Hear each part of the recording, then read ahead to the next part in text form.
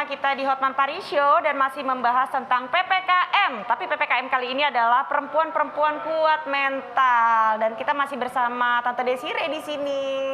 23 tahun lalu sewaktu saya mengenal Anda, saya termasuk yang naksir sama Anda dulu. Aduh. Anda bodinya begitu cantik. Waduh. 23 tahun kemudian, saya pengen tahu agar pemirsa, coba sini dulu sebentar. Waduh. Coba lihat tuh. Masih tetap secantik 23 tahun lalu. Hah? Aduh. Waduh. Oh. Waduh bang. Benar-benar. Ya coba lihat tuh. Ya. Udah tua, udah nenek-nenek. Hah? Udah tua tapi di mataku kamu cantik. Aduh. Aduh. Tapi udah tua, udah nenek-nenek aja penampilannya masih seanggun ini ya. Gimana mudanya ya Tante ya? Aduh. Iya. Sally bilang apa? Kita kan lagi ngebahas soal masalah kenapa. Ya, kau nggak mau berubah. Yang berubah suami atau Oh, istri. iya Tadi dong. kau bilang apa tadi? Kenapa kok kalau misal aku kurang setuju ya, maksudnya kenapa kok perempuan yang harus lebih banyak mengalah dan lebih banyak sabar, kenapa nggak laki-lakinya yang lebih bijak dan lebih dewasa dalam mengambil sikap gitu. Maksudnya kalau aku ada di posisi, maaf ya, seperti yang Bang Hotman bilang, misalnya kayak istri Bang Hotman atau misalnya kayak tante gitu kan, harus sabar, diem aja, suaminya mau ngapa-ngapain, aku sih nggak bisa kayak begitu.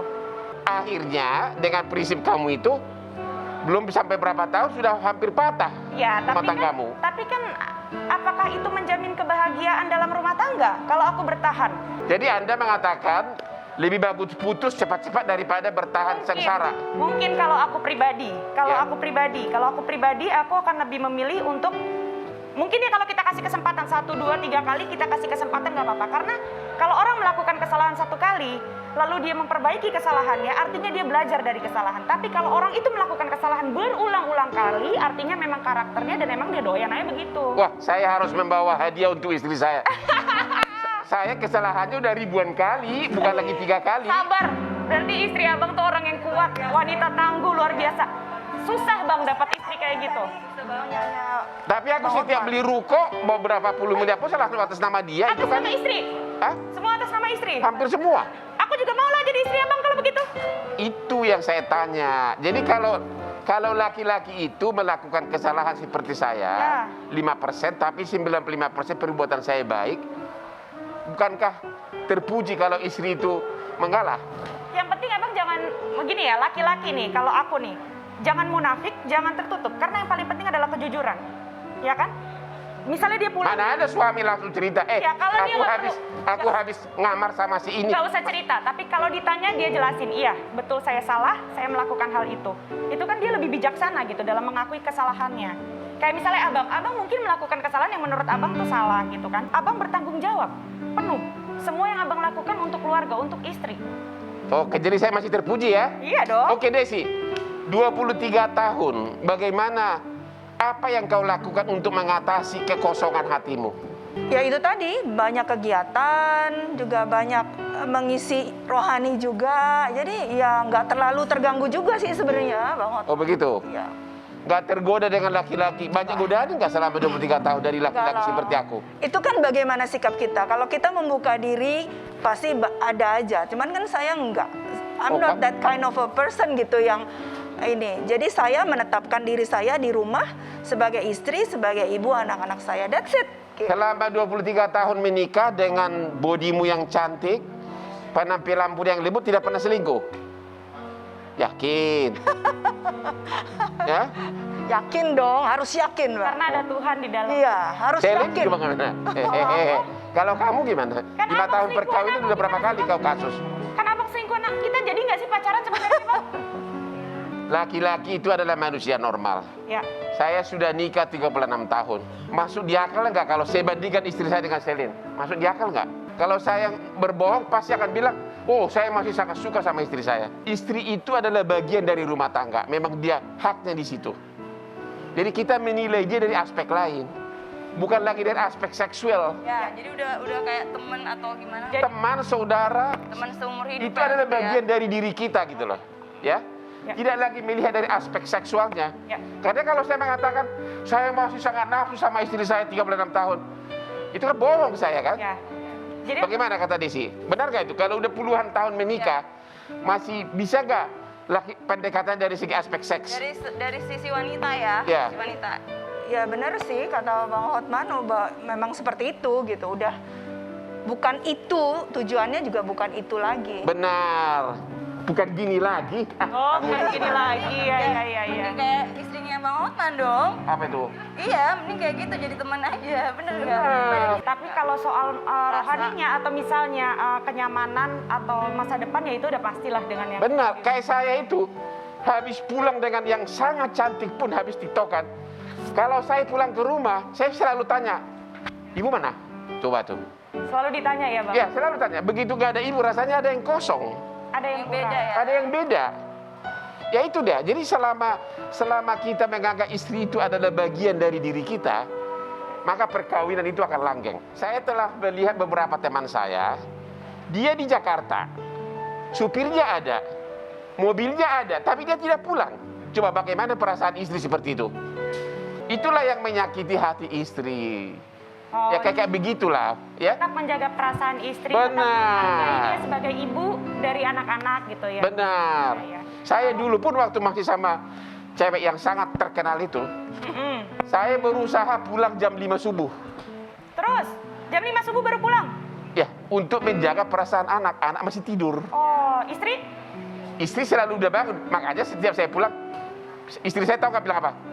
Dasar nggak tahu malu.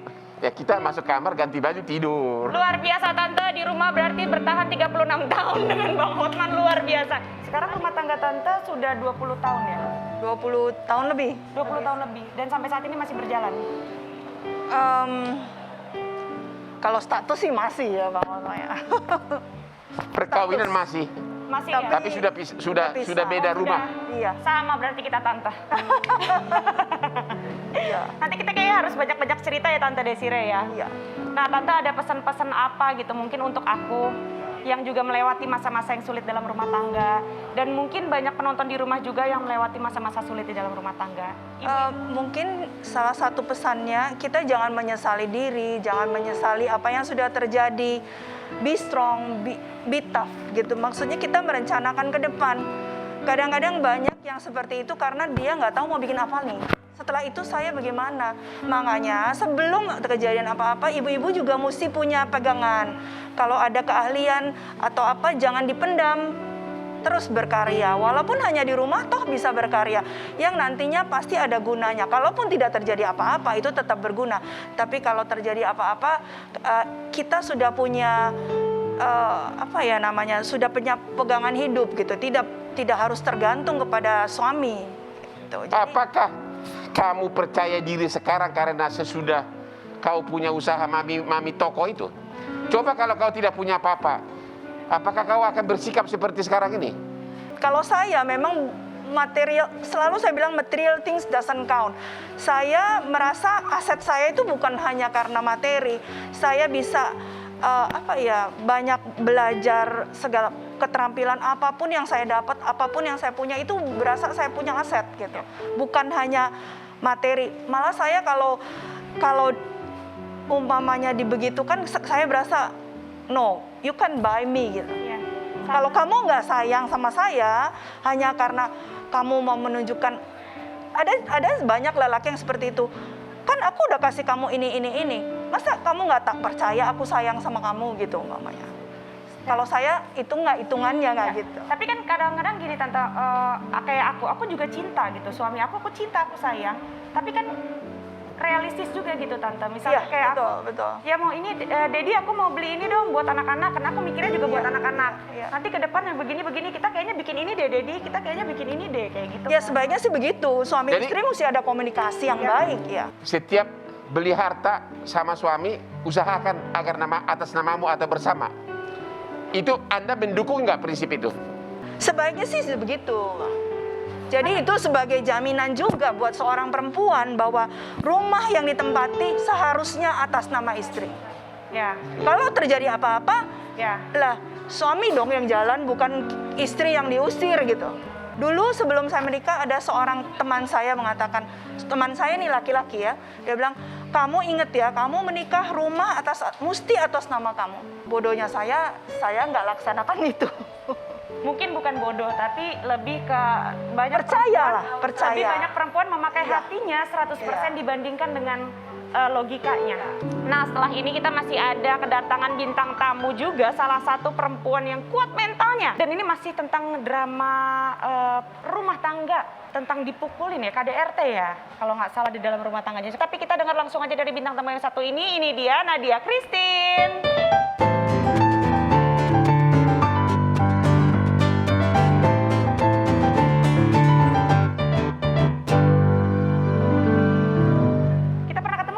Pernah ya.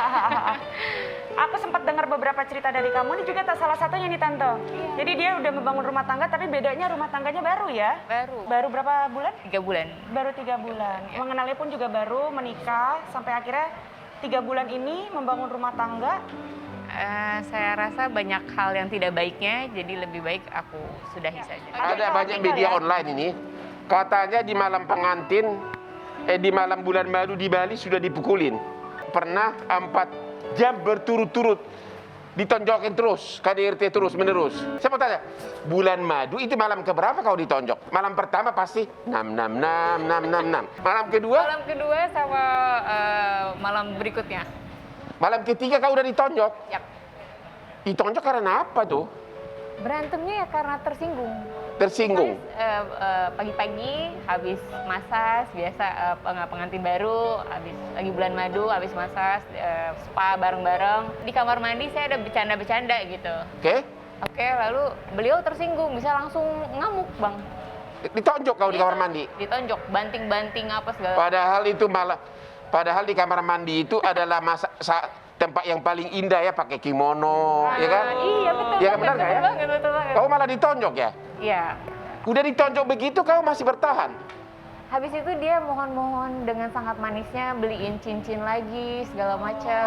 Oh. Kayak merayu lagi. Dia bujuk-bujuk. Jadi gara-gara itu kau balik lagi? Iya, Terus malam pengantin keempat, gitu lagi?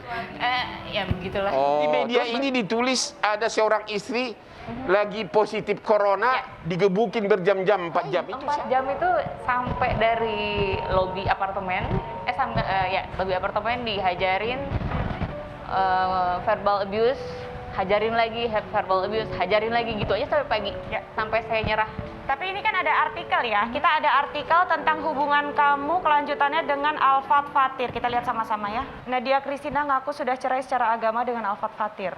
Ini maaf ya sebelumnya, tapi semua yang kamu omongin semuanya ada bukti dan bisa dipertanggungjawabkan. Ada. Apa kamu merasa udah bisa bikin statement bercerai secara agama tuh karena? Karena saya sama Alfat sendiri sudah mengiyakan.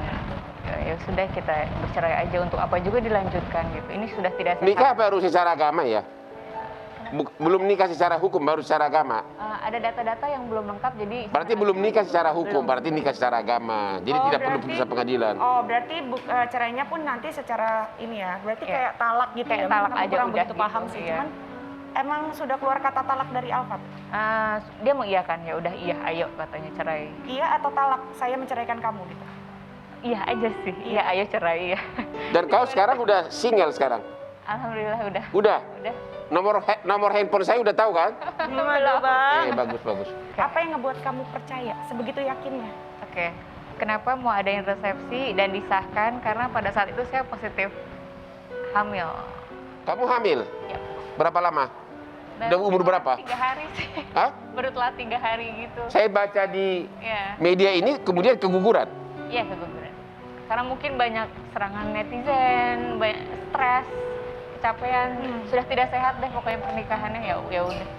Tuh, lihat kan, makanya masih terpuji laki-laki kayak saya. Benar, kalau abang bandel Bertanggung sangat jawab. bertanggung jawab dan sangat menghormati istri ya, meskipun di luarnya bandel ya kan bang? Dengan Lancar, ya. penampilan bodimu yang mulus begitu, cantik begitu, Amin. bahenol begitu. Begitu banyak cowok yang ganteng, kenapa? Itu dia. Itu kenapa? Saya nggak tahu lah apa yang terjadi pada saat ketemu Alfat, ya udah. Dia suami pertama atau kau sudah pernah nikah Udah sebelumnya? pernah nikah. Yang pertama gagal juga kenapa? Gagal juga karena ada beberapa hal yang Kau yang tidak setia atau dia yang tidak setia? dia tidak setia. Hah? Dia tidak setia. Lagi-lagi kau dikecewakan. Yep. Jadi udah kedua nih ya. Ya. Sabar, yang ketiga kita akan baik-baik ya. Ya, Amin ya Allah. banyak netizen yang bilang kalau KDRT yang kamu alami sekarang ini adalah karma. Betul, banyak Tapi banget jangan yang kamu gue- jawab dulu. Mungkin nanti habis ini kita bisa berbincang lebih dalam lagi sama Nadia. Kalau gitu pemirsa jangan kemana-mana, tetap di Hotman Paris Show.